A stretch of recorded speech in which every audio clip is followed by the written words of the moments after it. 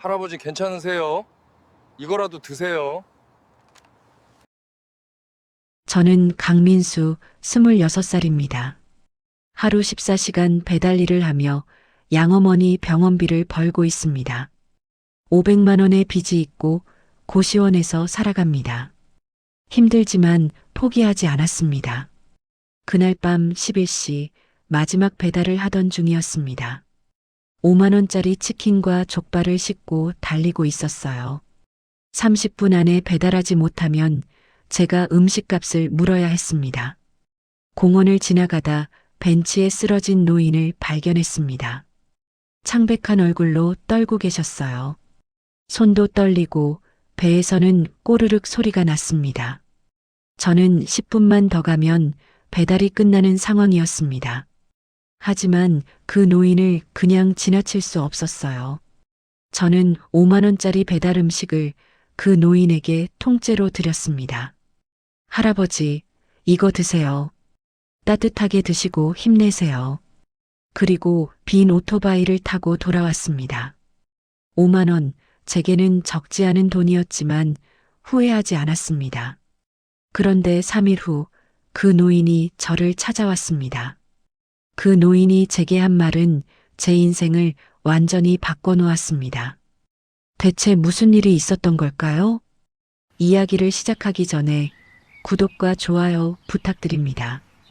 그리고 어디서 듣고 계신지 댓글 남겨주시면 이 영상이 그곳으로 행운을 가져다 드릴 겁니다.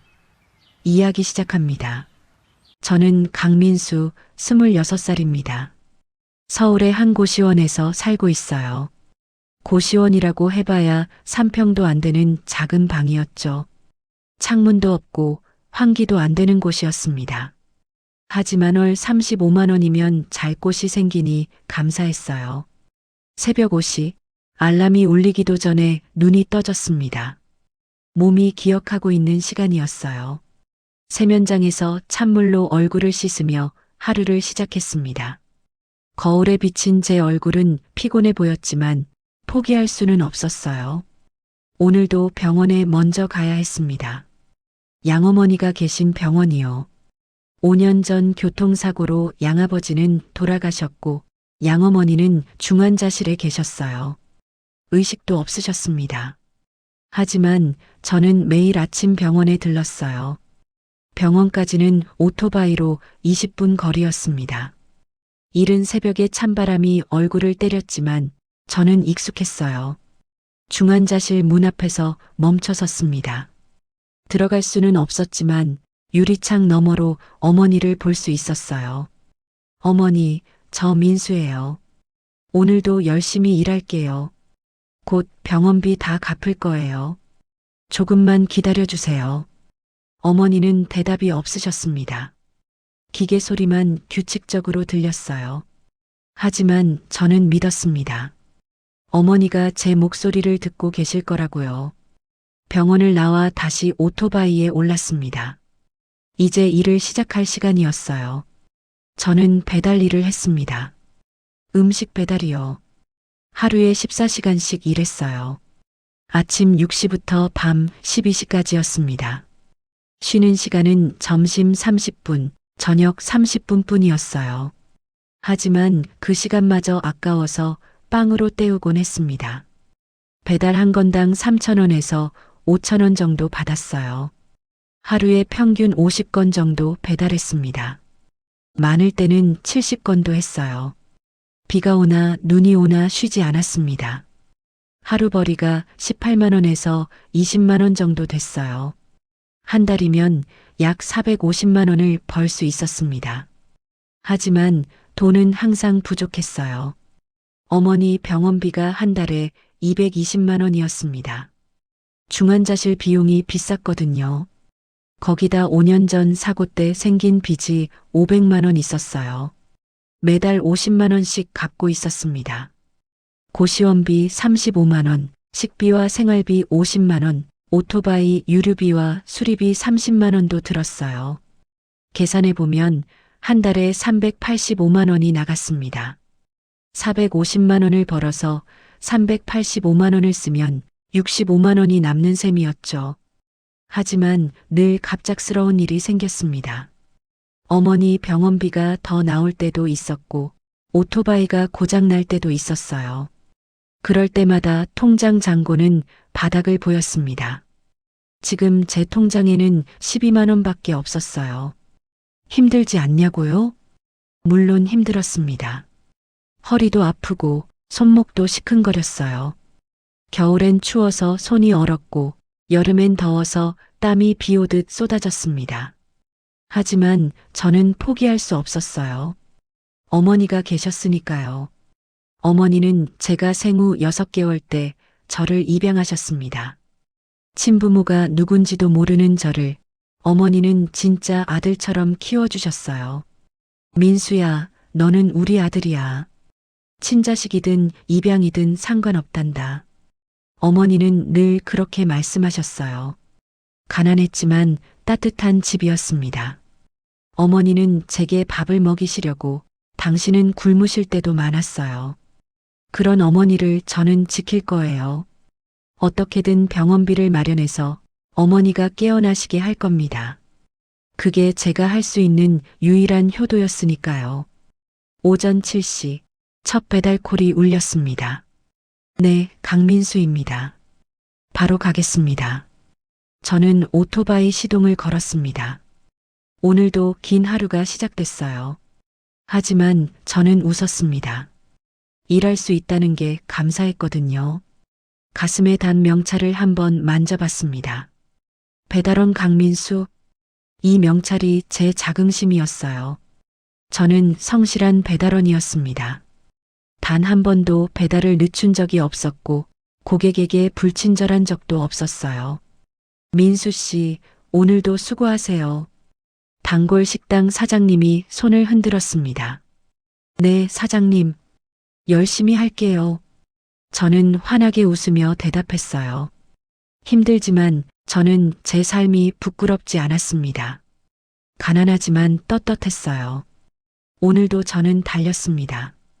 서울의 골목골목을 누비며 사람들에게 따뜻한 음식을 배달했어요.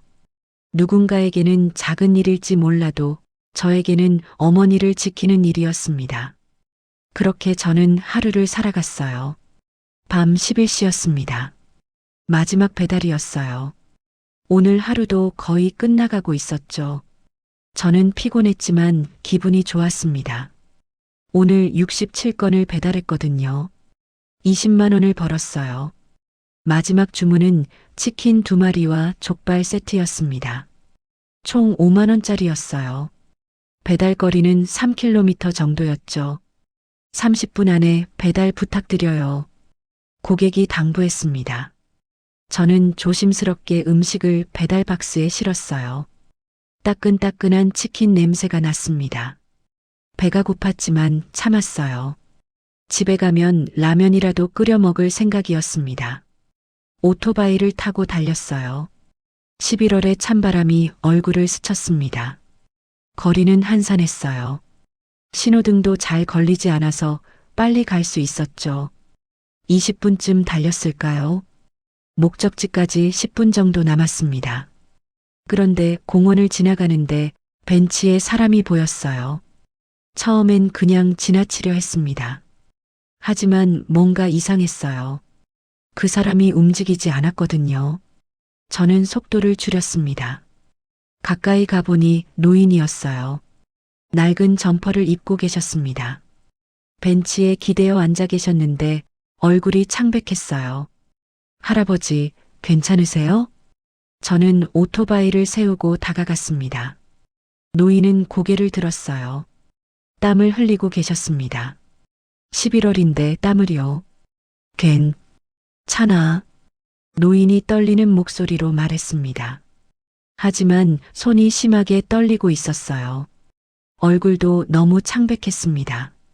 제가 보기에도 위급해 보였어요. 양어머니가 당뇨 환자셨거든요. 저혈당 증세를 여러 번 봤습니다. 이 노인도 그런 것 같았어요. 할아버지, 병원 가셔야 해요. 제가 다급하게 말했습니다. 하지만 노인은 고개를 저었어요. 괜찮아. 그냥 좀 쉬면 그때였습니다. 노인의 배에서 꼬르륵 소리가 났어요. 노인은 당황한 표정을 지었습니다. 저는 깨달았어요. 이 노인이 오래 굶으셨다는 걸요. 할아버지, 식사하셨어요? 제가 물었습니다. 노인은 대답하지 않았어요. 고개만 살짝 저었습니다. 저는 핸드폰을 봤어요. 배달 시간이 10분밖에 안 남았습니다. 지금 출발하면 딱 맞을 거예요. 하지만 이 노인을 그냥 둘 수가 없었습니다. 저는 잠시 고민했어요. 솔직히 5만 원은 제게 큰 돈이었습니다. 오늘 하루 15건 배달한 돈이에요. 3시간 일한 값이었죠. 하지만 이 노인은 지금 당장 뭐라도 드셔야 했어요. 저혈당은 위험하거든요. 심하면 의식을 잃을 수도 있습니다. 저는 결심했습니다. 배달 박스를 열었어요. 따뜻한 김이 모락모락 올라왔습니다. 치킨 2마리와 족발이 들어 있었어요. 할아버지, 이거 드세요. 저는 음식을 노인 앞에 놓았습니다. 노인은 깜짝 놀란 표정으로 저를 봤어요. 이건 배달 음식 아닌가? 네, 맞아요. 하지만 할아버지가 지금 더 필요하세요. 빨리 드세요. 따뜻할 때요. 노인은 눈물을 글썽였습니다. 아니야. 이건 자네 손해잖아. 자네가 물어줘야 하는 거 아닌가? 저는 웃으며 고개를 저었어요. 괜찮아요. 제가 고객님께 양해 구하면 돼요. 할아버지, 천천히 드세요. 노인은 떨리는 손으로 치킨 한 조각을 들었습니다. 한 입 베어 물었어요. 눈물이 흘러내렸습니다. 고맙네. 정말 고맙네. 노인이 울먹이며 말했어요. 저는 괜찮다는 듯 손을 흔들었습니다. 천천히 드세요. 급하게 드시면 안 돼요. 저는 노인 옆에 앉았어요. 노인이 음식을 드시는 걸 지켜봤습니다. 얼굴에 조금씩 혈색이 돌았어요. 손 떨림도 줄어들었습니다. 젊은이, 이름이 뭔가? 노인이 물었습니다. 저는 가슴에 명찰을 가리켰어요.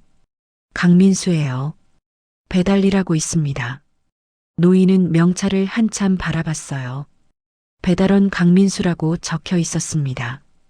민수, 강민수, 노인이 제 이름을 되뇌었습니다. 뭔가 특별한 의미가 있는 것처럼요. 저는 핸드폰으로 고객에게 전화했습니다. 죄송합니다. 급한 일이 생겨서 배달을 못하게 됐습니다. 음식값은 제가 변상하겠습니다. 고객은 화를 냈어요. 아니, 이게 무슨 경우예요? 취소할게요. 전화가 끊어졌습니다. 내일 5만 원이 제 급여에서 빠질 거예요. 하지만 후회하지 않았습니다. 노인은 음식을 거의 다 드셨어요. 얼굴이 많이 나아 보였습니다. 고맙네. 정말 고마워. 자네 덕분에 살았어. 다행이에요. 이제 괜찮으세요? 응. 많이 나아졌어.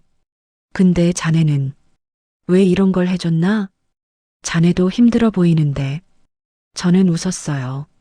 사람이 사람을 도와야죠. 당연한 거예요. 노인은 한참 저를 바라봤습니다. 눈에 눈물이 가득했어요. 민수, 자네는 참 착한 사람이야. 이 은혜를 꼭 갚을게. 아니에요, 할아버지. 은혜 같은 거 없어요. 그냥 저는 할 일을 했을 뿐이에요. 저는 일어섰습니다. 이제 좀 쉬세요. 너무 무리하지 마시고요. 민수, 노인이 제 이름을 불렀습니다. 저는 뒤돌아봤어요. 자네를 꼭 다시 만나고 싶네. 노인의 눈빛이 간절했습니다. 저는 고개를 끄덕였어요. 또 뵐 거예요, 할아버지. 서울이 좁잖아요. 저는 웃으며 손을 흔들었습니다. 오토바이에 올라탔어요. 시동을 걸고 출발했습니다. 뒤를 돌아보니 노인이 벤치에서 저를 보고 계셨어요. 손을 들어 흔들고 계셨습니다. 저는 다시 한번 손을 흔들고 어둠 속으로 사라졌습니다. 집으로 가는 길, 저는 생각했어요. 5만 원은 아까웠지만 노인의 미소를 보니 괜찮았습니다. 돈은 또 벌면 되니까요. 하지만 사람의 생명은 다시 돌릴 수 없으니까요. 고시원에 도착했습니다. 통장 잔고를 확인했어요. 7만 원 남았습니다. 내일 5만 원이 빠지면 2만 원이 남을 거예요. 하지만 저는 후회하지 않았습니다. 오히려 기분이 좋았어요. 오늘 제가 누군가를 도왔으니까요. 내일도 열심히 일하면 돼. 저는 혼잣말을 하며 침대에 누웠습니다. 피곤했지만 마음은 편안했어요. 그렇게 저는 잠들었습니다. 그날 밤 저는 몰랐습니다. 그 노인이 제 인생을 바꿀 사람이라는 걸요. 3일이 지났습니다. 저는 여전히 배달 일을 하고 있었어요. 그날 밤 노인을 도운 일은 거의 잊고 있었죠. 아니, 잊으려 했다는 게 맞을 거예요. 5만 원 손해가 아팠지만 그래도 잘한 일이라고 스스로를 다독였습니다. 오후 3시쯤이었을까요? 점심 배달이 끝나고 잠깐 쉬는 시간이었어요. 저는 편의점 앞 벤치에 앉아 삼각김밥을 먹고 있었습니다. 햇볕이 따뜻했어요. 민수, 강민수 맞나? 갑자기 누군가 제 이름을 불렀습니다. 저는 고개를 들었어요. 낯익은 얼굴이었습니다. 할아버지, 3일 전 공원에서 만난 그 노인이었어요. 저는 깜짝 놀라 일어섰습니다. 할아버지, 어떻게 저를... 명찰에 이름이 적혀 있더구나. 배달업체를 몇 군데 돌아다녔지. 드디어 찾았네. 노인은 환하게 웃고 계셨어요. 그날보다 훨씬 건강해 보였습니다. 얼굴에 혈색도 돌았고요. 괜찮으세요? 그날 많이 안 좋아 보이셨는데. 응, 덕분에 괜찮아. 자네가 음식을 줘서 살았어. 정말 고마웠네. 노인은 여전히 낡은 점퍼를 입고 계셨습니다. 운동화도 해진 것 같았어요. 평범한 동네 할아버지처럼 보였죠. 이렇게 찾아와 주시다니. 괜찮으세요? 제가 한 건 당연한 일이에요. 아니야, 자네는 큰일을 해줬어. 나는 그날 정말 위험했거든. 6시간이나 굶었고 저혈당 증세가 왔었어. 노인이 손을 꼭 잡았습니다. 따뜻한 손이었어요. 자네가 아니었으면 큰일 날 뻔했어. 그래서 꼭 찾고 싶었네. 밥이라도 한 끼 사고 싶어서. 저는 손을 저었습니다. 아니에요, 할아버지. 그러실 필요 없어요. 저는 그냥 도와드린 거예요. 아니야, 꼭 사야겠어. 자네는 그날 5만 원 손해봤잖아. 그거라도 갖고 싶네. 노인이 고집스럽게 말했습니다. 눈빛이 간절했어요. 저는 난처했습니다. 할아버지가 너무 고마워하시니까요. 하지만 돈을 받고 싶지는 않았어요. 할아버지, 정말 괜찮아요. 저는 그냥 사람으로서 한 일이에요. 돈은 생각도 안 했어요. 그래도 밥은 먹어야 하지 않나?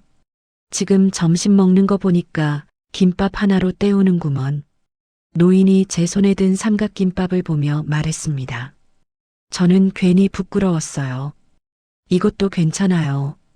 저는 간단히 먹는 게 편해서요. 아니야, 제대로 먹어야지. 자네 같은 젊은 사람이 밥도 제대로 못 먹으면 안 돼. 나랑 밥 한 끼 하자. 노인은 제 대답을 기다리지 않고 제 팔을 잡아 끌었어요. 저는 어쩔 수 없이 따라갔습니다. 근처 국밥집에 들어갔어요. 작고 오래된 식당이었습니다. 노인은 구석 자리에 앉았죠. 여기 국밥 2인분이요. 노인이 주문했습니다. 저는 미안한 마음이 들었어요. 할아버지가 돈을 쓰시게 해서요. 할아버지, 제가 살게요. 할아버지는 연세도 있으시고. 아니야, 내가 살겠다고 했잖아. 자네는 그냥 편히 먹으면 돼. 국밥이 나왔습니다. 김이 모락모락 올라왔어요. 배가 고팠던 저는 숟가락을 들었습니다. 많이 먹게. 자네 일이 힘들 텐데. 노인이 다정하게 말했습니다. 저는 국밥을 한 숟가락 떴어요. 따뜻하고 맛있었습니다. 할아버지는 혼자 사세요? 제가 물었습니다. 노인은 잠시 멈칫했어요. 슬픈 표정이 스쳤습니다. 응, 혼자 살지. 오래전에 가족을 잃었어. 아, 죄송해요. 괜한 질문을. 아니야, 괜찮아. 오래된 일이야. 노인은 쓸쓸하게 웃었습니다. 뭔가 깊은 상처가 있는 것 같았어요. 민수는 가족이 있나? 노인이 물었습니다. 저는 고개를 끄덕였어요.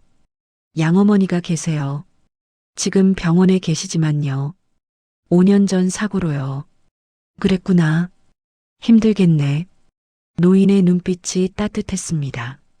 마치 제 마음을 이해하는 것 같았어요. 괜찮아요. 저는 어머니를 꼭 낫게 할 거예요. 그게 제 목표예요. 착한 아들이구나. 효자야. 노인이 제 어깨를 토닥였습니다. 따뜻한 손길이었어요. 우리는 한참 이야기를 나눴습니다. 노인은 제 일에 대해 물었고 저는 배달일 이야기를 했어요. 노인은 고개를 끄덕이며 들어주셨습니다. 민수, 자네는 참 훌륭한 사람이야. 힘든 상황에서도 포기하지 않고 남을 도울 줄도 아는 사람이지. 아니에요, 할아버지. 저는 그냥 평범하게 사는 거예요. 아니야, 평범하지 않아. 요즘 같은 세상에서 자기도 힘든데 남 도와주는 사람이 얼마나 되겠나? 노인은 진심으로 말하고 있었어요. 눈물이 글썽거렸습니다. 자네 같은 젊은이가 있어서 세상이 아직 살만해. 저는 부끄러웠습니다. 그렇게 대단한 일을 한 게 아닌데 할아버지는 너무 과찬하시는 것 같았어요. 밥을 다 먹고 나왔습니다. 노인은 계산을 하셨어요. 저는 감사하다고 몇 번이나 인사했습니다. 민수, 앞으로 자주 보자. 나도 이 동네에 자주 오거든. 네, 할아버지. 또 뵙겠습니다. 노인은 제 손을 꼭 잡았습니다. 민수, 고맙네. 정말 고마워. 뭔가 더 하고 싶은 말이 있는 것 같았어요. 하지만 노인은 그냥 웃었습니다.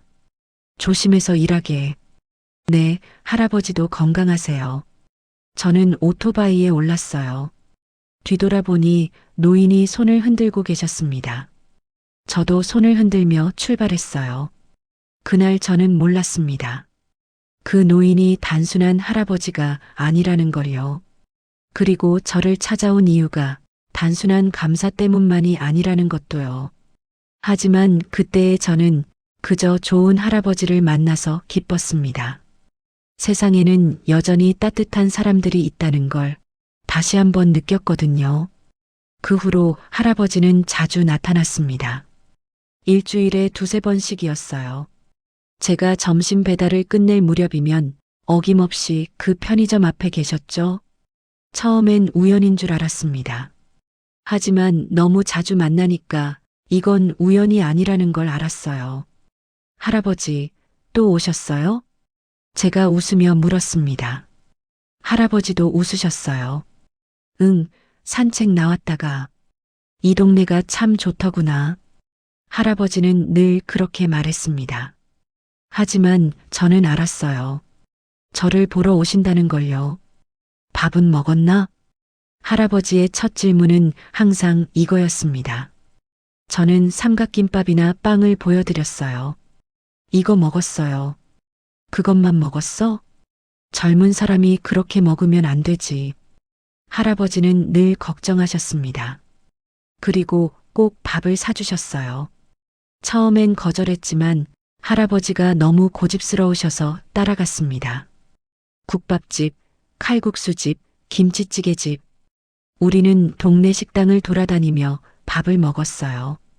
할아버지는 제가 많이 먹을 때마다 기뻐하셨습니다. 그렇지, 그렇게 먹어야지. 일하는 사람은 밥을 잘 먹어야 해. 할아버지의 눈빛은 따뜻했어요. 마치 친손자를 보는 것 같았습니다. 어느 날이었어요. 할아버지가 물었습니다. 민수, 혹시 부모님은 어떻게 되셨나? 저는 잠시 망설였어요. 하지만 숨길 이유가 없었습니다. 저는 입양아예요. 생후 6개월 때 양부모님께 입양됐어요. 친부모가 누군지는 모르죠. 할아버지의 손이 살짝 떨렸습니다. 눈빛이 흔들렸어요. 입양하라니. 네, 하지만 양부모님은 저를 정말 잘 키워주셨어요. 친자식처럼요. 5년 전 사고로 양아버지는 돌아가시고 양어머니는 지금 병원에 계세요. 할아버지는 한참 저를 바라봤습니다. 뭔가 묻고 싶은 게 많은 것 같았어요. 혹시 어디서 입양됐는지 아나? 고아원이라고만 들었어요. 서울 어딘가였다고 하시던데 정확히는 모르겠어요. 할아버지가 고개를 끄덕였습니다. 표정이 복잡했어요. 슬픔과 희망이 섞인 것 같았습니다. 민수야. 할아버지가 제 이름을 불렀어요. 처음으로 반말을 하셨습니다. 네, 할아버지. 혹시 몸에 특별한 점 같은 거 있나? 태어날 때부터 있던 점이나 흉터? 이상한 질문이었습니다. 하지만 저는 대답했어요. 왼쪽 어깨에 작은 점이 있어요. 양어머니 말씀으로는 태어날 때부터 있었대요. 할아버지의 눈이 커졌습니다. 숨을 멈춘 것 같았어요. 왼쪽 어깨에? 네, 여기요. 저는 왼쪽 어깨 위쪽을 가리켰습니다. 옷 밖으로는 안 보이는 위치였어요. 할아버지는 떨리는 손으로 자기 왼쪽 어깨를 만졌습니다. 눈에 눈물이 고였어요. 할아버지, 괜찮으세요? 제가 걱정스럽게 물었습니다. 할아버지는 고개를 끄덕였어요. 응, 괜찮아. 그냥 옛날 생각이 나서. 할아버지는 눈물을 닦았습니다. 저는 더 묻지 않았어요. 할아버지가 힘들어 보였거든요. 민수야, 혹시 어릴 때 물건 같은 거 가지고 있나? 입양될 때 가지고 온 거? 아, 금팔찌 하나 있어요. 양어머니가 주신 건데 제가 발견됐을 때 차고 있었대요. 할아버지의 손이 더 심하게 떨렸습니다. 금팔찌, 그게 어떻게 생겼나? 작은 금팔찌예요. 아기용이죠. 안쪽에 뭔가 새겨져 있는데 글씨가 너무 작아서 잘 안 보여요. 할아버지는 눈을 감았습니다. 깊은 숨을 쉬었어요. 그 팔찌, 지금 가지고 있나?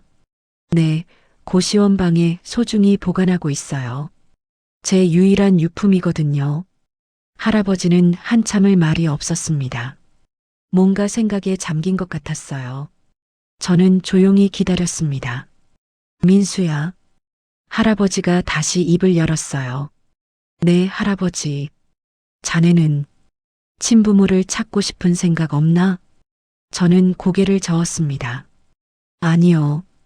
양어머니가 제 진짜 어머니예요. 친부모가 누구든 저는 상관없어요.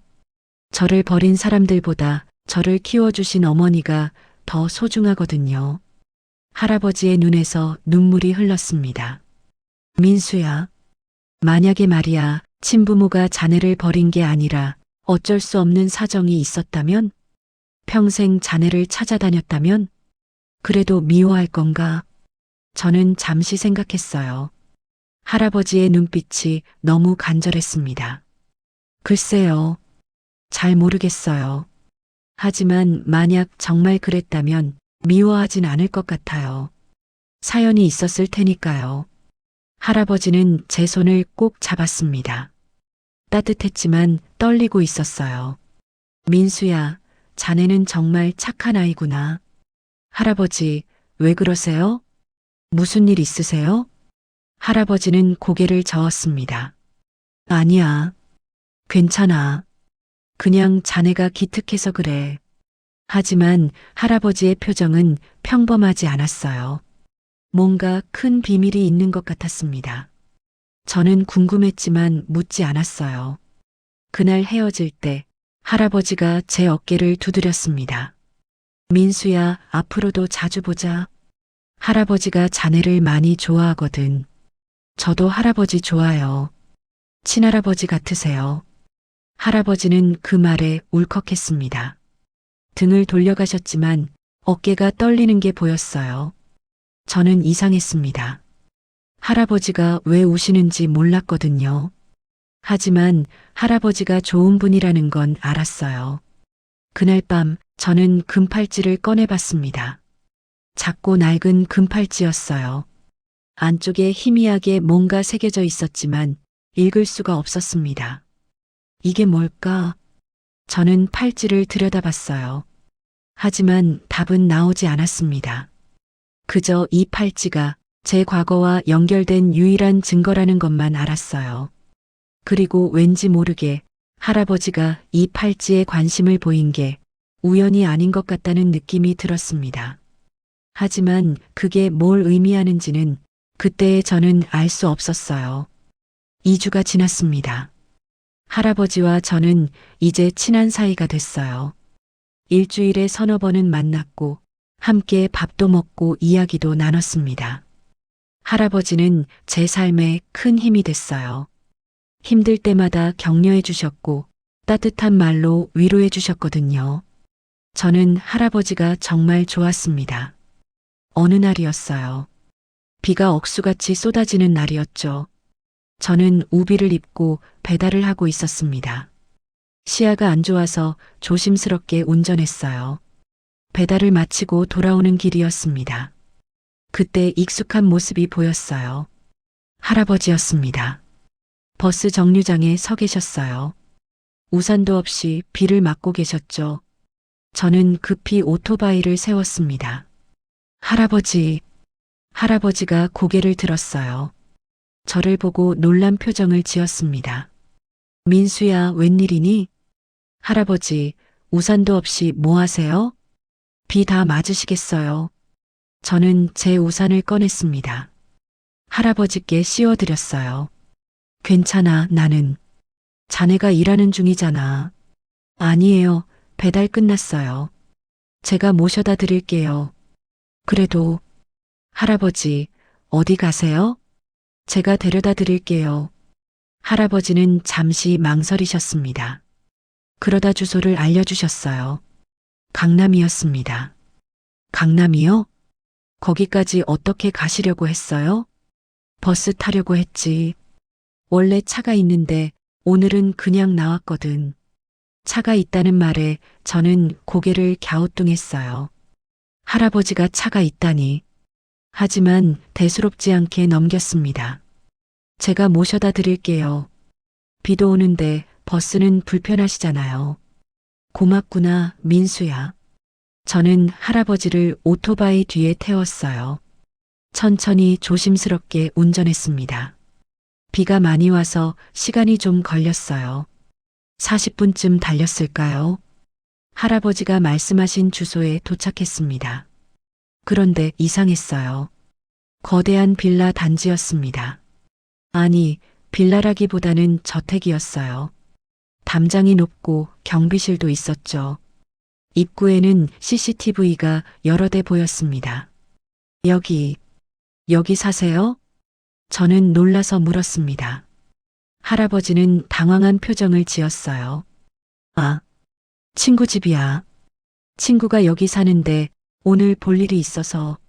아, 그렇구나. 저는 안심했습니다. 할아버지 친구가 부자인 모양이구나 싶었어요. 할아버지가 오토바이에서 내렸습니다. 고맙다, 민수야. 덕분에 편하게 왔네. 천천히 다녀오세요, 할아버지. 할아버지가 경비실로 걸어가셨어요. 경비원이 90도로 인사했습니다. 깊은 인사였어요. 저는 이상했습니다. 친구 집인데 경비원이 저렇게 인사할까? 하지만 크게 신경 쓰지 않았어요. 저는 오토바이를 돌렸습니다. 그때였어요. 검은색 고급 세단이 제 옆을 지나갔습니다. 번호판이 사자리였어요. 고급차의 증거였죠. 차가 저택 안으로 들어갔습니다. 부자 동네는 다르네. 저는 중얼거리며 출발했습니다. 며칠 후였어요. 할아버지와 약속이 있었습니다. 점심을 같이 먹기로 했거든요. 평소처럼 편의점 앞에서 만났어요. 그런데 할아버지 손목에 뭔가 반짝였습니다. 시계였어요. 제가 봐도 비싸 보이는 시계였습니다. 금색이었고 브랜드 로고가 보였어요. 할아버지, 시계 바꾸셨어요? 제가 물었습니다. 할아버지는 황급히 손목을 가렸어요. 아, 이거 옛날에 받은 거야. 오래된 거라서. 와, 그래도 멋있어 보여요. 할아버지는 어색하게 웃었습니다. 그래, 그냥 집에 있길래 찼어. 우리는 식당으로 향했습니다. 걸어가면서 저는 할아버지를 힐끔힐끔 봤어요. 뭔가 이상했거든요. 낡은 점퍼를 입고 계셨지만 신발은 새 것 같았어요. 가죽 구두였는데 굉장히 좋아 보였습니다. 그리고 할아버지가 걷는 모습도 어딘가 품격 있어 보였어요. 평범한 노인이 아닌 것 같은 느낌? 저는 고개를 저었습니다. 내가 너무 예민한가? 식당에 들어가 밥을 먹었어요. 할아버지는 여전히 다정했습니다. 민수야, 요즘 일은 어때? 힘들진 않고? 괜찮아요, 할아버지. 익숙해졌어요. 어머니는 좀 어떠시니? 여전히 의식이 없으세요. 하지만 저는 기다릴 거예요. 할아버지가 제 손을 꼭 잡았습니다. 민수야, 너는 정말 효자구나. 그때였어요. 할아버지 핸드폰이 울렸습니다. 할아버지는 전화를 받으셨어요. 응, 나야. 목소리가 달랐습니다. 평소보다 훨씬 낮고 권위 있는 목소리였어요. 회의는 내일로 미뤄. 오늘은 바빠. 회의? 저는 귀를 쫑긋 세웠습니다. 계약서는 검토했어. 진행하도록 해. 계약서? 할아버지가 무슨 일을 하시는 걸까요? 알았어. 끊을게. 할아버지가 전화를 끊었습니다. 다시 평소의 따뜻한 표정으로 돌아왔어요. 미안하구나, 민수야. 친구한테서 온 전화야. 괜찮아요, 할아버지. 하지만 저는 의심이 들기 시작했습니다. 할아버지가 뭔가 숨기고 있는 게 아닐까? 밥을 다 먹고 나왔어요. 밖에는 차 한 대가 서 있었습니다. 검은색 고급 세단이었어요. 그 차에서 한 남자가 내렸습니다. 정장을 입은 50대 남자였어요. 할아버지를 보더니 급히 다가왔습니다. 회장님 찾으시면 어떻게 합니까? 연락도 안 되시고. 회장님? 저는 귀를 의심했습니다. 할아버지가 황급히 남자를 제지했어요. 김비서, 조용히 해. 할아버지가 저를 돌아봤습니다. 당황한 표정이었어요. 민수야, 이게... 저는 어리둥절했습니다. 회장님? 김비서? 이게 무슨 상황이죠? 할아버지, 저 사람이 회장님이라고 했는데. 할아버지는 난처한 표정을 지었습니다. 민수야, 설명할게. 저 친구가 날 그렇게 부르는데 별명 같은 거야. 별명이요? 응, 내가 옛날에 작은 사업을 했거든. 그래서 친구들이 회장님이라고 놀리는 거야. 말은 그렇게 했지만 할아버지 표정은 진지했어요. 거짓말 같았습니다. 김비서라는 사람도 당황한 듯 입을 다물고 서 있었어요. 저는 혼란스러웠습니다. 할아버지가 누구시지? 단순한 노인이 아닌 것 같은데.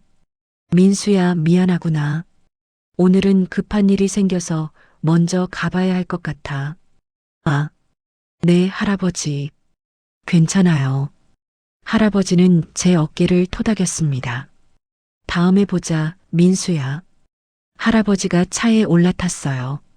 김비서라는 사람이 문을 열어줬습니다. 깍듯한 태도였어요.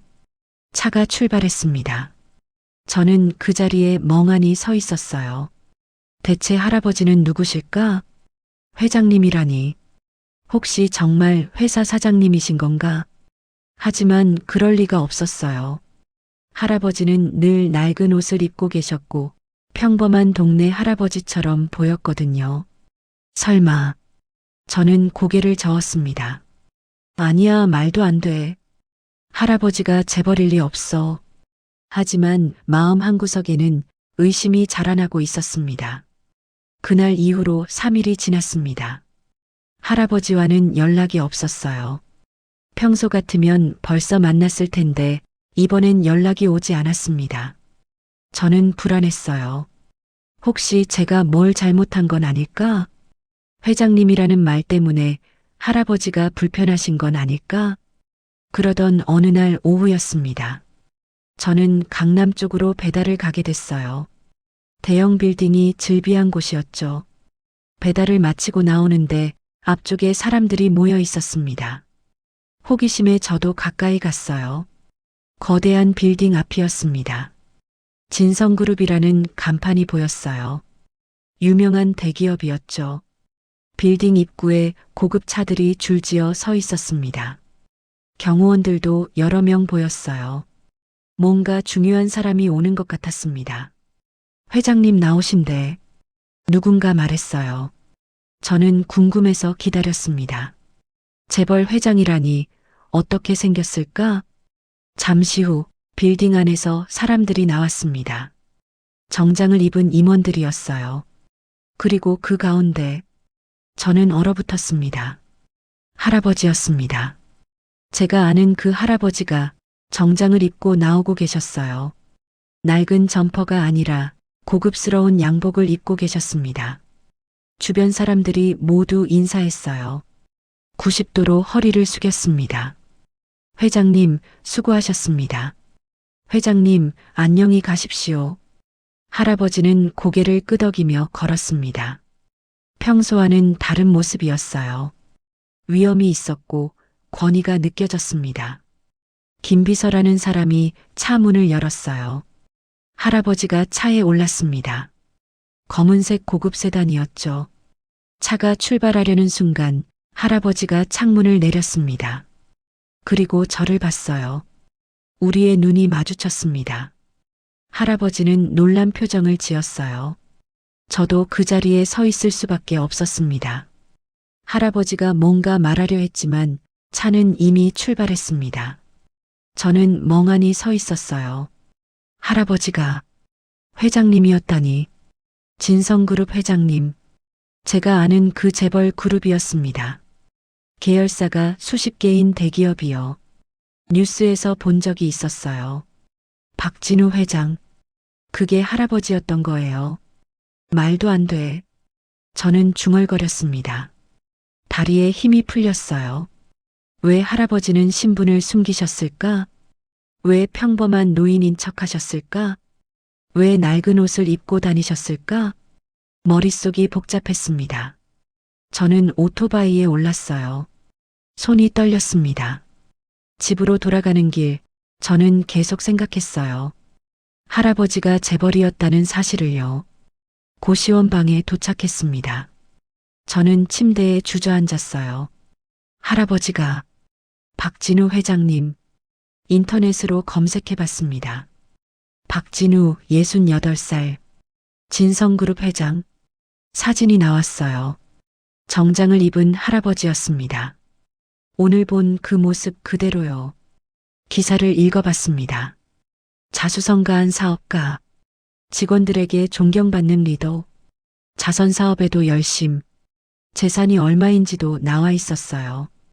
약 5천억 원 규모라고 했습니다. 저는 핸드폰을 내려놨어요. 현실이 믿기지 않았습니다. 그런 대단한 분이 왜 저 같은 배달원에게 관심을 가졌을까? 왜 숨기고 다가오셨을까? 그때 핸드폰이 울렸습니다. 모르는 번호였어요. 저는 받았습니다. 여보세요? 민수야. 나야. 할아버지 목소리였습니다. 할아버지, 미안하구나. 놀랐지? 저는 대답하지 못했어요. 뭐라고 말해야 할지 몰랐습니다. 민수야, 만나서 얘기하고 싶구나. 내일 시간 있나? 네, 있어요. 고맙다. 내일 이 시에 우리 처음 만난 그 공원으로 나와줄 수 있나? 네, 알겠습니다. 민수야. 할아버지가 잠시 머뭇거렸어요. 화났니? 저는 고개를 저었습니다. 할아버지는 볼 수 없었지만요. 아니요. 그냥 놀랐어요. 미안하다. 내일 다 설명할게. 꼭 나와줘. 네, 할아버지. 전화가 끊어졌습니다. 저는 핸드폰을 내려놓고 한숨을 쉬었어요. 할아버지는 여전히 저에게 따뜻했습니다. 목소리에서 진심이 느껴졌어요. 재벌이든 뭐든 할아버지는 저를 진심으로 대해주셨던 분이었습니다. 하지만 궁금했어요. 왜 신분을 숨기셨는지, 왜 저에게 다가오셨는지, 그리고 뭔가 더 큰 이유가 있는 것 같았습니다. 금팔찌에 대해 물어보셨던 것, 왼쪽 어깨점에 대해 물어보셨던 것, 입양하라는 말에 눈물을 보이셨던 것, 모든 게 연결되는 것 같았어요. 하지만 어떻게 연결되는지는 알 수 없었습니다. 저는 금팔찌를 꺼냈어요. 작고 낡은 아기용 금팔찌. 제 유일한 유품이었습니다. 안쪽에 희미하게 새겨진 글씨를 봤어요. 여전히 읽을 수가 없었습니다. 너무 작고 흐려서요. 이게 무슨 의미일까? 저는 팔찌를 꼭 쥐었습니다. 내일이면 답을 알 수 있을 거예요. 할아버지가 모든 걸 설명해 주실 테니까요. 그날 밤 저는 잠을 이룰 수 없었습니다. 머릿속이 복잡했거든요. 할아버지는 누구신 걸까? 왜 저에게 관심을 가지신 걸까? 혹시, 설마, 저는 고개를 저었습니다. 말도 안 되는 생각이었어요. 하지만 그 생각이 자꾸 머릿속을 맴돌았습니다. 혹시 할아버지가 제 친부모와 관련이 있는 건 아닐까? 혹시, 저는 눈을 감았습니다. 내일이면 알게 되겠죠. 모든 진실을요. 새벽이 되어서야 저는 겨우 잠들 수 있었습니다. 내일을 기다리며 다음 날 오후 2시였습니다. 저는 약속 장소인 공원에 일찍 도착했어요. 30분이나 일찍 왔습니다. 너무 궁금해서 잠도 제대로 못 잤거든요. 벤치에 앉아 기다렸습니다. 처음 할아버지를 만났던 그 벤치였어요. 그날 밤이 떠올랐습니다. 배고파 떨고 계시던 할아버지. 제가 배달 음식을 드렸던 그날. 그때만 해도 몰랐어요. 할아버지가 재벌 회장님이실 줄은요. 이시정각. 검은색 고급 세단이 공원 입구에 멈췄습니다. 차 문이 열렸어요. 할아버지가 내리셨습니다. 오늘은 정장이 아니었어요. 평소처럼 낡은 점퍼를 입고 계셨습니다. 운동화도 신으셨고요. 할아버지는 저를 보고 천천히 걸어오셨어요. 표정이 복잡했습니다. 미안함과 걱정이 섞여 있었어요. 민수야. 할아버지가 제 앞에 섰습니다. 저는 일어났어요. 할아버지. 앉자, 민수야. 우리는 나란히 벤치에 앉았습니다. 한동안 아무 말도 하지 않았어요. 할아버지가 먼저 입을 열었습니다. 놀랐지? 네. 많이요. 미안하다. 신분을 숨긴 것에 대해서 저는 고개를 저었어요. 아니에요. 이유가 있으셨을 거예요. 할아버지가 제 손을 잡았습니다. 민수야, 너는 정말 착한 아이구나. 화도 안 내고. 할아버지가 저한테 나쁜 짓을 하신 것도 아니잖아요. 그냥 궁금해요. 왜 신분을 숨기셨는지. 할아버지는 깊은 숨을 쉬었어요. 하늘을 바라봤습니다. 민수야, 나는 진성그룹 회장이야. 박진우, 자네도 어제 알았겠지만, 네, 돈이 많아. 정말 많지. 수천억 원이 있어. 저는 조용히 들었습니다. 하지만 나는 외로웠어. 26년 동안 너무 외로웠단다. 할아버지 목소리가 떨렸어요. 26년 전 나는 가족을 잃었어. 아내와 아들을. 사고였지. 저는 숨을 죽였습니다. 경쟁 기업의 납치 시도를 피하다가 교통사고가 났어. 아내는 그 자리에서 돌아가셨고 아들은 사라졌어. 할아버지 눈에 눈물이 맺혔어요. 생후 6개월짜리 아기였어. 사고 현장이 혼란스러웠고 아기는 흔적도 없이 사라졌지. 경찰이 수개월간 수색했지만 찾지 못했어. 그게 26년 전이요? 응. 그때부터 나는 아들을 찾아다녔어. 온갖 방법을 동원했지. 사립탐정도 고용하고 고아원마다 다 찾아다녔어. 할아버지가 눈물을 닦았습니다. 하지만 찾을 수 없었어. 26년 동안 말이야. 돈이 뭐가 중요해. 권력이 뭐가 중요해. 내 아들 하나 찾지 못하는데 저는 가슴이 먹먹했어요. 할아버지의 고통이 느껴졌습니다. 그래서 나는 거리를 돌아다니기 시작했어. 평범한 노인으로 위장하고 말이야. 혹시 내 아들을 만날 수 있지 않을까 하고. 그래서 그날 밤 공원에 응. 그날도 26살 젊은이들을 보러 다니고 있었어. 내 아들이 살아있다면 26살이니까. 그러다 지쳐서 벤치에 앉았지. 저혈당도 왔고 할아버지가 제 얼굴을 바라봤어요. 그때 자네가 나타났어. 자기도 힘든데 5만 원짜리 음식을 나한테 줬지. 나는 충격받았어. 왜요? 요즘 세상에 그런 젊은이가 있다니. 자기 손해를 감수하면서까지 모르는 노인을 도와주는 사람이. 할아버지가 제 손을 꼭 잡았습니다. 명찰에서 이름을 봤어. 강민수. 그리고 자네를 찾기 시작했지. 그래서 저를 자주 만나신 거예요? 응. 처음엔 그냥 고마운 마음에 밥이라도 사주고 싶었어. 하지만 자네를 알아갈수록 이상한 느낌이 들었어. 할아버지 목소리가 떨렸어요. 자네가 혹시 내 아들이 아닐까 하는 생각이 들었어. 나이도 26살. 입양아. 그리고 어깨에 점이요? 그래. 나도 왼쪽 어깨에 똑같은 점이 있어. 선천적인 거야. 우리 집안 내력이지. 할아버지가 점퍼를 벗었어요. 셔츠를 살짝 내렸습니다. 왼쪽 어깨 위쪽에 작은 점이 있었어요. 제 점과 똑같은 위치였습니다. 저는 숨이 멎는 것 같았어요. 그리고 금팔찌. 자네가 가진 그 금팔찌. 내가 내 아들한테 채워준 거야. 안쪽에 이름이 새겨져 있어. 이름이요? 응. 진우라고. 내 이름 한 글자씩 따서 새긴 거야. 하지만 너무 작아서 잘 안 보일 거야.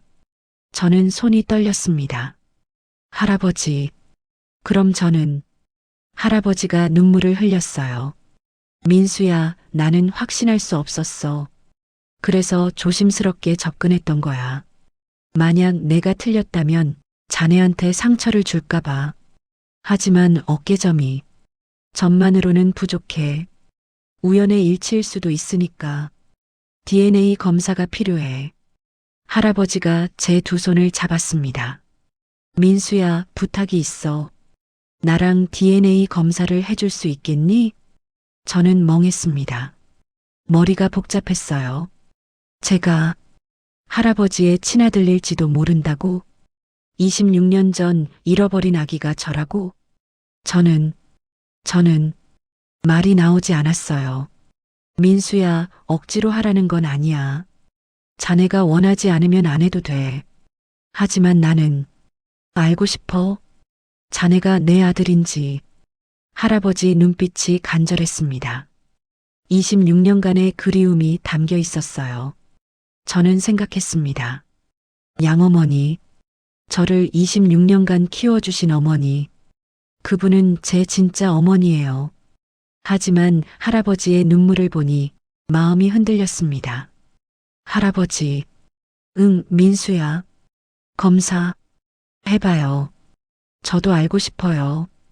진실을요. 할아버지가 저를 끌어안았습니다. 꽉 안았어요. 고맙다, 민수야. 정말 고맙다. 할아버지 품에서 저도 눈물이 났습니다. 왜 우는지는 모르겠어요. 그냥 뭔가 벅차올랐습니다. 공원 벤치에서 우리는 한참을 그렇게 있었어요. 할아버지와 저. 26년 만에 재회일지도 모르는 그 순간이었습니다. 할아버지가 말했습니다.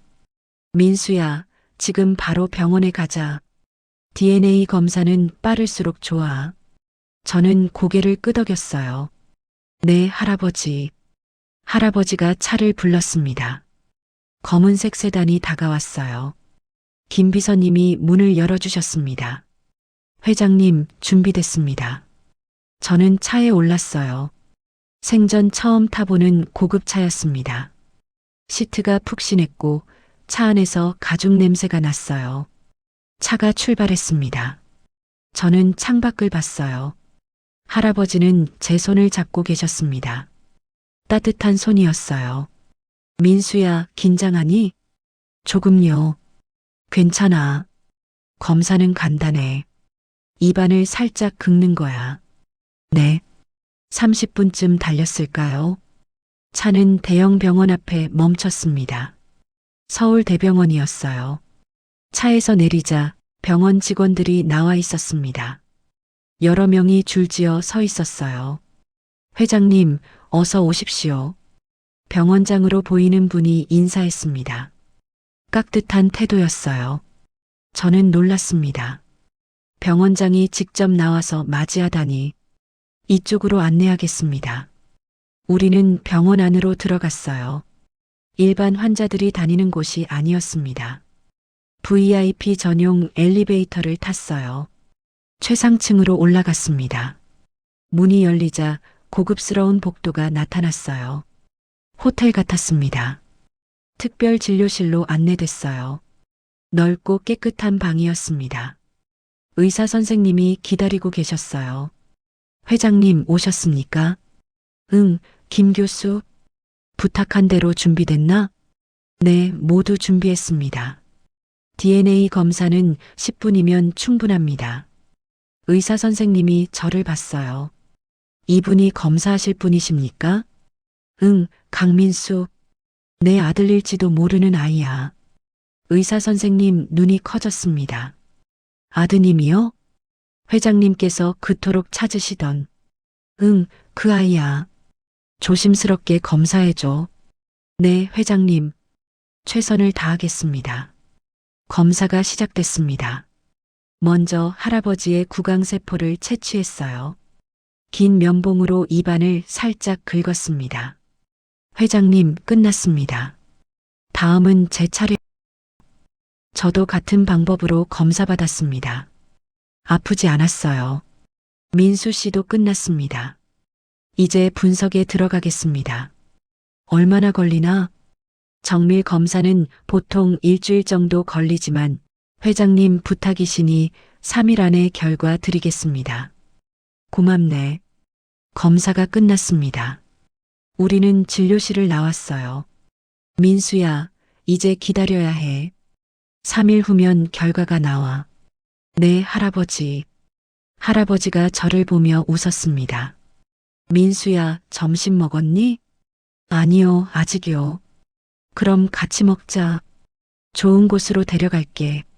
차에 올랐습니다. 김 비서님이 운전을 시작했어요. 김 비서, 호텔로 가자. 네, 회장님. 저는 놀랐습니다. 호텔이요? 응, 우리 그룹 호텔이야. 거기 레스토랑이 괜찮거든. 차는 강남의 한 호텔에 도착했습니다. 엄청나게 큰 건물이었어요. 진성호텔이라는 간판이 보였습니다. 차에서 내리자 호텔 직원들이 일제히 인사했습니다. 회장님, 어서 오십시오. 수십 명이 줄지어 서서 인사했어요. 저는 압도됐습니다. 로비를 지나갔어요. 사람들이 할아버지를 알아보고 놀란 표정을 지었습니다. 수군거리는 소리가 들렸어요. 저분이 박진우 회장님 아니야? 맞아, 진성그룹 회장님이야. 옆에 젊은이는 누구지? 저는 부끄러웠습니다. 너무 많은 사람들이 쳐다봤거든요. 엘리베이터를 타고 최상층으로 올라갔어요. 스카이 라운지였습니다. 서울 전체가 내려다 보이는 곳이었어요.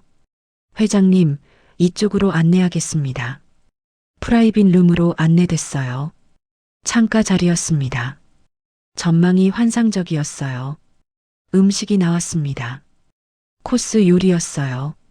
저는 이런 음식을 처음 봤습니다. 어떻게 먹어야 할지도 몰랐어요. 민수야, 편하게 먹어. 포크 쓰면 돼. 할아버지가 다정하게 말했습니다. 저는 조심스럽게 포크를 들었어요. 음식은 정말 맛있었습니다. 제가 평생 먹어본 것 중 최고였어요. 하지만 긴장돼서 많이 먹지는 못했습니다. 민수야, 많이 먹어. 자네 평소에 제대로 못 먹잖아. 네. 감사합니다. 식사 중에 할아버지가 물었습니다. 민수야, 만약 검사 결과가 양성이라면, 그러니까 자네가 정말 내 아들이라면 어떻게 하고 싶니? 저는 망설였어요. 잘 모르겠어요. 아직 실감이 안 나요. 그렇겠지. 갑작스러운 일이니까. 하지만 할아버지, 제게는 양어머니가 계세요. 저는 어머니를 버릴 수 없어요. 할아버지가 고개를 끄덕였습니다. 당연하지. 자네를 키워주신 분이야. 나도 그분을 존중할 거야. 정말요? 응, 만약 자네가 내 아들이라면 자네 어머니 병원비는 내가 책임질게. 최고의 의료진을 붙이고 의식을 찾을 수 있도록 할 거야. 저는 눈물이 날 것 같았어요.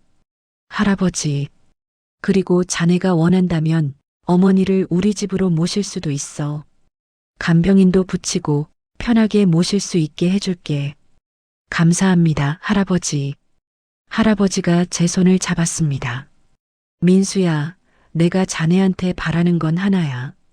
그냥 내 곁에 있어줘. 26년 동안 잃어버린 시간을 되찾고 싶어. 저는 고개를 끄덕였어요. 네, 할아버지. 식사를 마치고 나왔습니다. 로비를 지나가는데 한 무리의 사람들이 할아버지를 봤어요. 회장님, 임원들이었습니다. 정장을 입은 사람들이 달려왔어요. 회장님, 오늘 회의는 어떻게 하시겠습니까? 오늘은 취소하게. 중요한 일이 있어서. 네, 알겠습니다.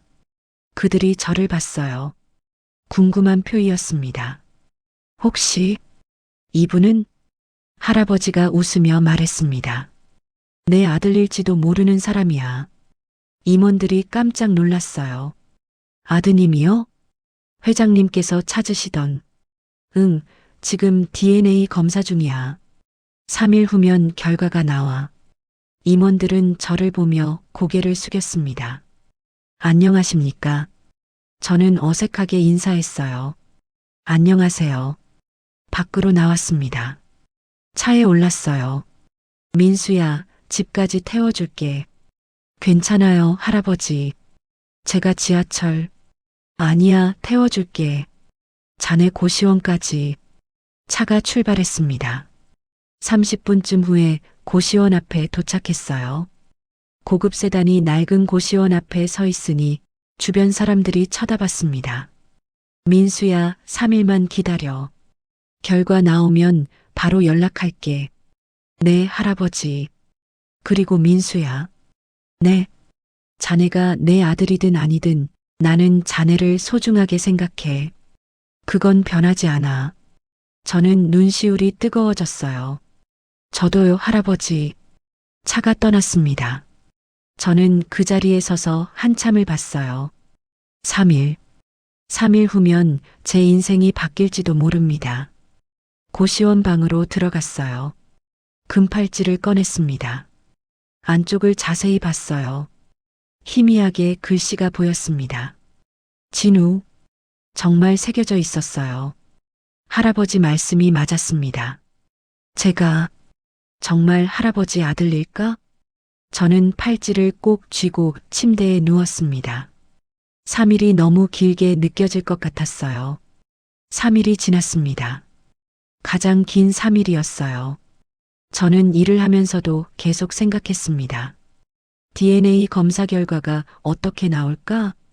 배달을 하면서도, 밥을 먹으면서도, 잠을 자면서도 머릿속은 온통 그 생각뿐이었어요. 만약 제가 정말 할아버지의 아들이라면, 26년 전 잃어버린 아기가 저라면, 제 인생은 완전히 바뀔 거예요. 하지만 두려웠습니다. 만약 아니라면, 할아버지가 얼마나 실망하실까? 오후 3시쯤이었어요. 핸드폰이 울렸습니다. 할아버지 전화였어요. 여보세요? 민수야, 나야. 할아버지 목소리가 떨리고 있었어요. 결과가 나왔어. 제 심장이 빠르게 뛰었습니다. 지금 병원으로 올 수 있나? 같이 결과를 보고 싶구나. 네, 지금 바로 갈게요. 저는 배달 중이었지만 사장님께 급한 일이라고 말씀드렸어요. 이해해 주셨습니다. 오토바이를 타고 병원으로 달렸어요. 30분 만에 도착했습니다. 숨이 가빴어요. VIP층으로 올라갔습니다. 진료실 앞에 할아버지가 서 계셨어요. 저를 보자 얼굴이 환해졌습니다. 민수야, 왔구나. 네, 할아버지. 할아버지 손이 떨리고 있었어요. 저도 떨렸습니다. 들어가자. 우리는 진료실로 들어갔어요. 의사 선생님이 기다리고 계셨습니다. 책상 위에 서류 봉투가 놓여 있었어요. 회장님, 강민수 씨, 앉으십시오. 우리는 나란히 앉았습니다. 할아버지가 제 손을 잡았어요. 손이 차갑고 떨렸습니다. 의사 선생님이 봉투를 열었어요. 서류를 꺼냈습니다. 숫자와 그래프가 가득했어요. 검사 결과를 말씀드리겠습니다. 저는 숨을 참았어요. 할아버지도 긴장한 표정이었습니다. DNA 일치율은 의사 선생님이 잠시 멈췄습니다. 시간이 멈춘 것 같았어요. 99.9%입니다. 순간 세상이 멈췄습니다. 강민수 씨는 박진우 회장님의 친아들이 확실합니다. 저는 아무 말도 할 수 없었어요. 할아버지도 얼어붙어 계셨습니다. 부자관계가 확실합니다. 오차 범위는 0.1% 미만이고요. 이것은 과학적으로 확실한 증거입니다. 의사 선생님이 서류를 건넸어요. 할아버지가 떨리는 손으로 받았습니다. 종이를 바라보셨어요. 눈에서 눈물이 흘러내렸습니다. 민수야. 할아버지가 저를 봤어요. 눈물로 범벅이 된 얼굴이었습니다. 정말 내가 내 아들이구나. 저도 눈물이 났어요. 왜 우는지 모르겠어요. 그냥 눈물이 멈추지 않았습니다. 26년을 찾았어. 드디어 찾았구나. 할아버지가 제 손을 꼭 잡았어요. 너무 세게 잡아서 아팠지만 저는 가만히 있었습니다. 민수야, 아니, 진우야. 진우. 제 본래 이름이었나 봅니다. 너는 내 아들이야. 26년 전 잃어버린 내 아들.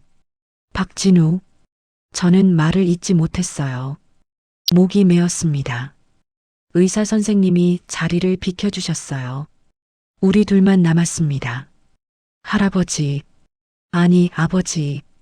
그 말을 하는 순간 제 안에서 뭔가 무너졌어요. 26년간 몰랐던 진실. 저는 버려진 아이가 아니었어요. 부모가 없는 아이가 아니었습니다. 아버지가 계셨어요. 평생 저를 찾아다닌 아버지가요. 아버지. 제가 그렇게 부르자 아버지가 울음을 터뜨렸습니다. 소리내어 우셨어요. 내 아들이 살아있었구나. 26년을 헤맸는데 드디어 아버지가 저를 끌어안았습니다.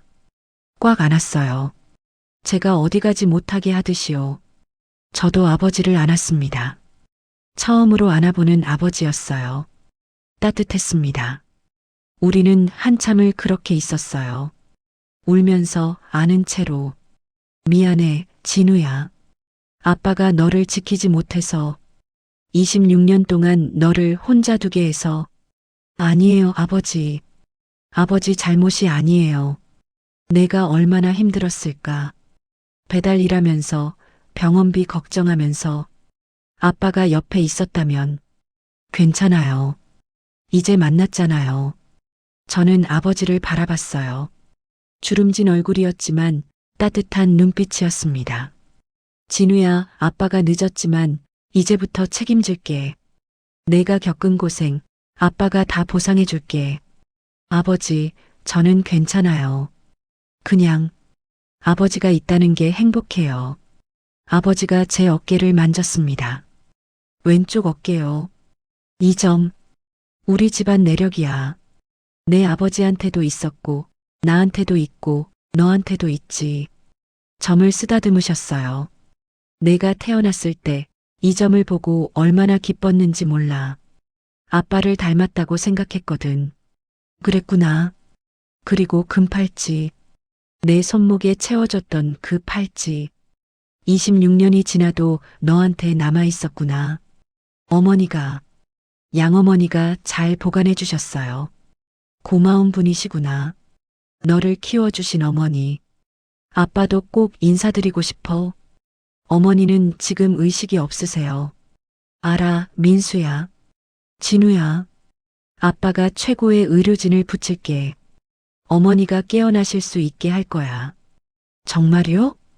응, 약속해. 아빠한테는 돈과 권력이 있어. 그걸로 어머니를 살릴 수 있다면 아빠는 뭐든지 할 거야. 저는 아버지 손을 꼭 잡았어요. 감사합니다, 아버지. 고맙긴. 당연한 일이야. 너를 키워주신 분인데. 아버지가 일어났습니다. 진우야, 같이 가자. 너한테 보여줄 게 있어. 어디요? 우리 집. 내가 태어난 집이야. 저는 고개를 끄덕였어요. 병원을 나왔습니다. 차에 올랐어요. 이번엔 제 마음이 달랐습니다. 이 차는 아버지 차였어요. 제 아버지. 차가 출발했습니다. 아버지가 제 손을 잡고 있었어요. 놓지 않았습니다. 진우야, 26년 만에 내 손을 잡는구나. 네, 아버지. 얼마나 기다렸는지 몰라. 이 순간을. 창밖을 보니 서울 거리가 지나갔어요. 같은 거리인데 오늘은 다르게 보였습니다. 저는 이제 혼자가 아니었어요. 아버지가 계셨습니다. 26년 만에 저는 제 아버지를 찾았습니다. 차는 강남의 한 주택가로 들어갔습니다. 높은 담장이 보였어요. 경비실을 지나 안으로 들어갔습니다. 거대한 저택이 나타났어요. 정원이 넓었고 집은 궁전 같았습니다. 저는 숨이 막혔어요. 여기가 우리 집이야. 아버지가 말했습니다. 저는 믿을 수가 없었어요. 차에서 내렸습니다. 집사님과 가정부분들이 줄지어 나와 계셨어요. 아버지를 보고 인사했습니다. 회장님, 어서 오십시오. 아버지가 제 어깨에 손을 올렸어요. 여러분, 소개하겠습니다. 제 아들입니다. 26년 만에 찾은 내 아들, 박진우입니다. 직원들이 놀란 표정을 지었어요. 눈이 커졌습니다. 아드님이요? 회장님께서 그토록 찾으시던. 네, 맞습니다. DNA 검사로 확인했어요. 제 친아들이에요. 직원들이 저를 보고 깊이 인사했습니다. 도련님, 어서 오십시오. 저는 어색했지만 인사했어요. 안녕하세요. 집 안으로 들어갔습니다. 넓고 화려했어요. 샹들리에가 반짝였고 대리석 바닥이 깔려 있었습니다. 아버지가 2층으로 안내했어요. 복도를 걸어 한방 앞에 섰습니다. 문을 열었어요. 진우야, 여기가 내 방이었어. 작은 방이었어요. 아니, 작진 않았지만 아기 방이었습니다. 아기 침대가 그대로 있었고 장난감들이 놓여 있었어요. 26년 동안 그대로 뒀어. 언젠가 내가 돌아올 거라고 믿었거든. 벽에는 사진이 걸려 있었습니다. 아기 사진이었어요. 웃고 있는 아기. 그게 저였습니다. 이게 저예요? 응, 생후 5개월 때 사진이야. 사고 나기 한 달 전에 찍은 거지. 저는 사진을 바라봤어요. 행복해 보이는 아기였습니다. 아버지 품에 안겨 웃고 있었어요. 엄마도 있었는데 아버지가 다른 사진을 가리켰습니다. 3명이 함께 찍은 사진이었어요. 젊은 아버지, 아름다운 여자, 그리고 아기. 내 엄마야. 교통사고로. 그날 돌아가셨어. 어머니. 저는 처음 보는 친어머니였습니다. 따뜻한 미소를 짓고 계셨어요. 엄마는 너를 정말 사랑했어. 내가 태어났을 때 얼마나 기뻐하셨는지 몰라. 아버지 눈에 또 눈물이 고였어요. 사고 날 때도 너를 꼭 안고 있었어. 마지막 순간까지 너를 지키려 하셨지. 엄마 덕분에 너는 살았어. 엄마가 너를 감싸서 보호했거든. 저는 가슴이 먹먹했어요. 만나보지 못한 어머니. 하지만 저를 사랑하신 어머니. 엄마한테 인사하자. 아버지가 저를 데리고 다른 방으로 갔습니다. 작은 재단이 있었어요. 어머니 사진이 놓여 있었습니다.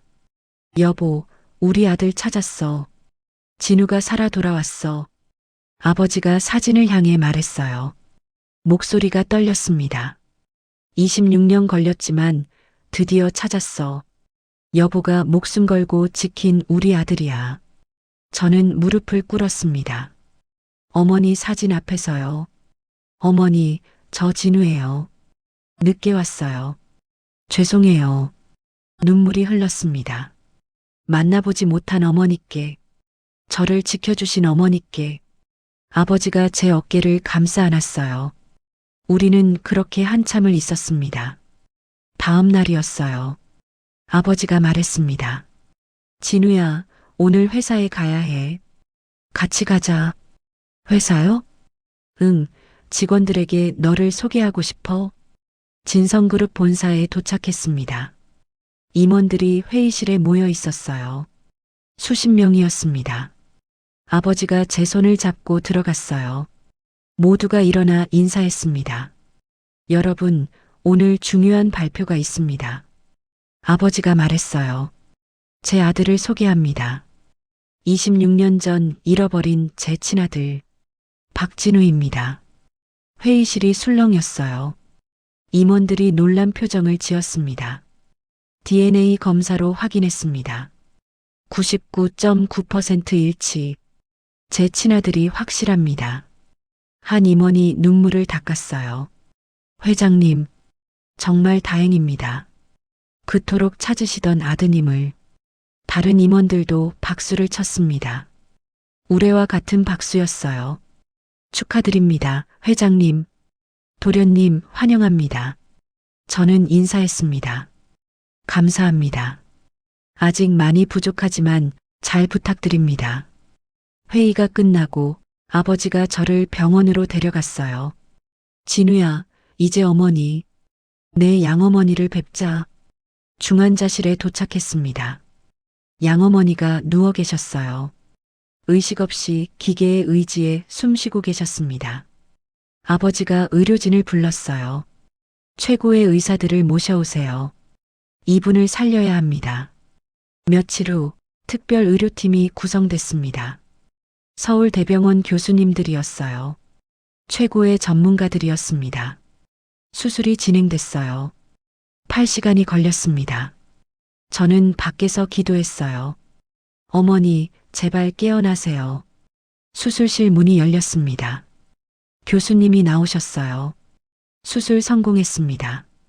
환자분이 곧 의식을 찾으실 겁니다. 저는 주저앉았어요. 감사합니다. 정말 감사합니다. 3일 후 어머니가 눈을 뜨셨습니다. 민수야. 어머니. 저는 어머니 손을 잡았어요.